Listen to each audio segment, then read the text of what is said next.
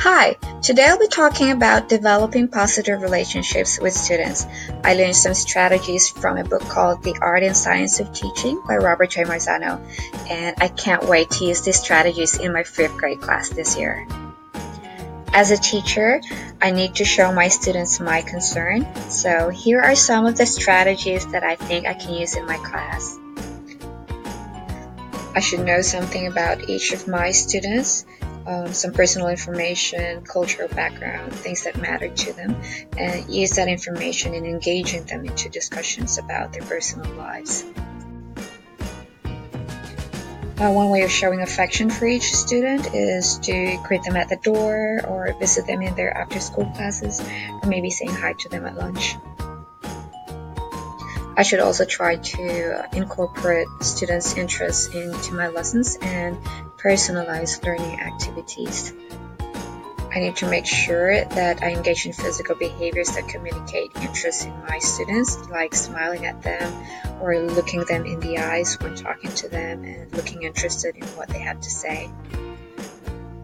Another great way of connecting with my students is to use humor when appropriate. To avoid breakdown in my relationship with my students, I need to communicate an appropriate level of guidance and control, which I will be explaining in the next couple of slides.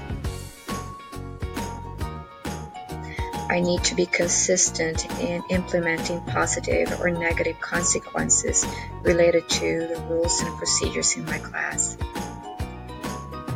I shouldn't take my students' behavior personally and use a consistent tone in the classroom. That way I can project a sense of emotional objectivity in class.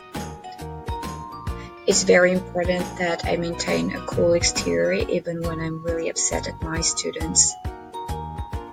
How will I introduce myself to my students? First of all, I'll talk about my experience teaching younger and older kids. This way they will know that I've taught for a long time and that I am actually capable of helping them.